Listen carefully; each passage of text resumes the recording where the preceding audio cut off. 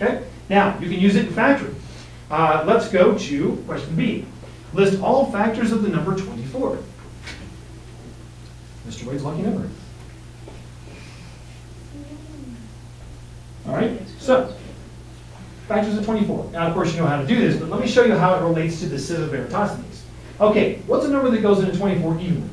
Let's start with the smallest number. 2. Okay, even smaller. 1. How about 1? All right, 1 goes in, 24 times 2 goes in, 4. 3 goes in, 4 goes in. Wait, we're done. Oh. Look, what is the square root of 24? How would it start on the calculator? 4.9. Okay, it'd be really close to 5, but it wouldn't be 4 point something. Once you go past the square root, you've gone too far. That's it right there. Now just do a mirror image. 4 goes into 24 because it's 4 times 6. 3 goes in because it's 3 times 8. 2 times 12, and 1 times 24. Right? Hanukkah. Put her upside down. That's what I thought. Kind of, sort of. Okay, anyways, all right. So you just go to the square root of the number. Anything below that will have a pair above it, and that's it. That's how you do factors every time. That's all you have to do. How about that? So for really big numbers, it really helps just to go past the square root and then mirror image. It works every time. Nice stuff. Okay, Eratosthenes also did that. Okay, so let's go to example C. Approximate the square root of 24. There's that lucky number again. All right. So approximating, okay? Let's say we have no calculator, we have no computer, back in the old days, all right?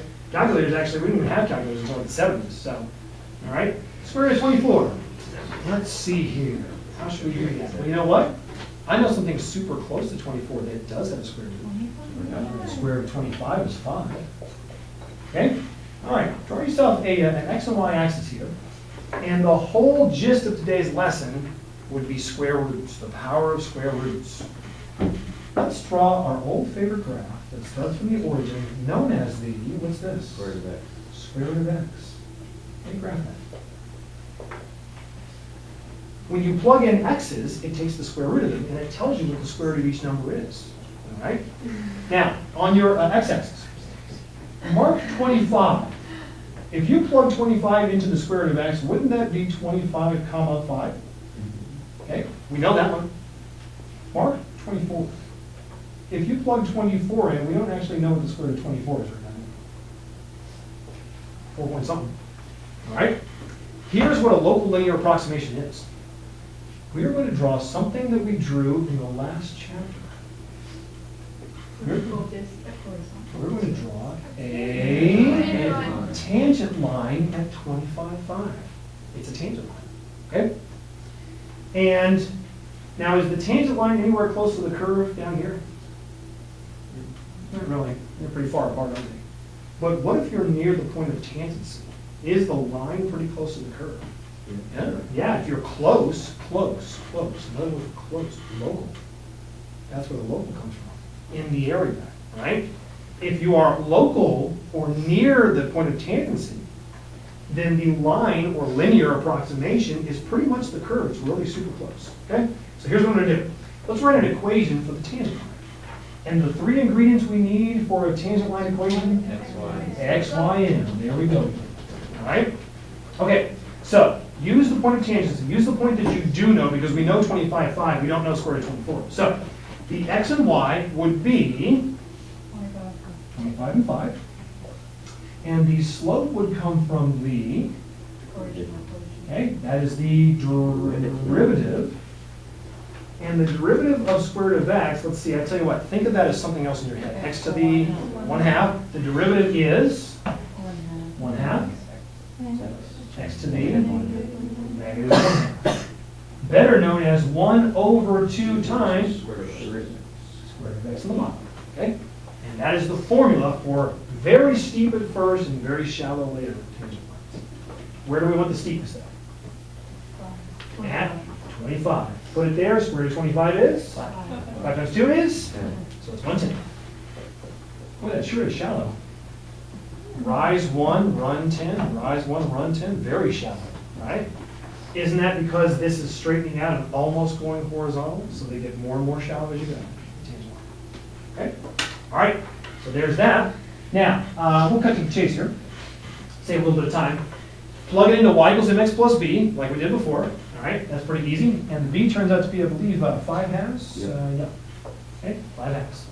So your equation of the tangent line, let's label it on the picture, is y equals what x? 1/10 x plus 5 halves. Okay? And there is your tangent line. Okay, here's how you use it. Okay, you'll do one local linear approximation on the next test. All you have to do is do a tangent line, and if we plug the number 24 into that line, that would give me the point on the line, right?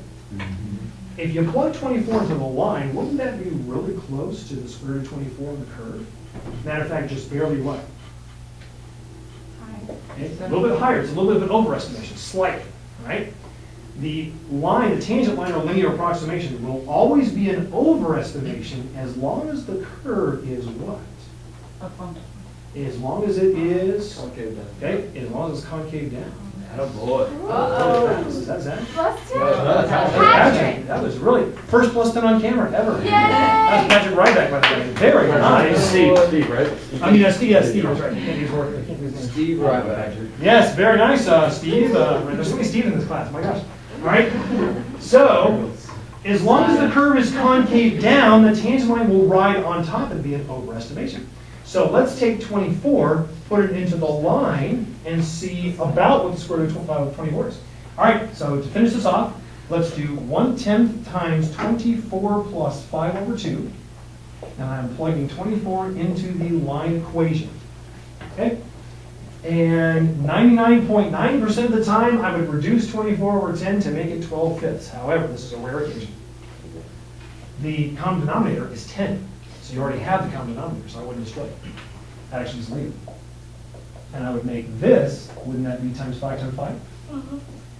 Wonder what 24 over 10 plus 25 over 10 is? 49 over 10 is the same thing as 4.9. You know what the actual square root of 24 is?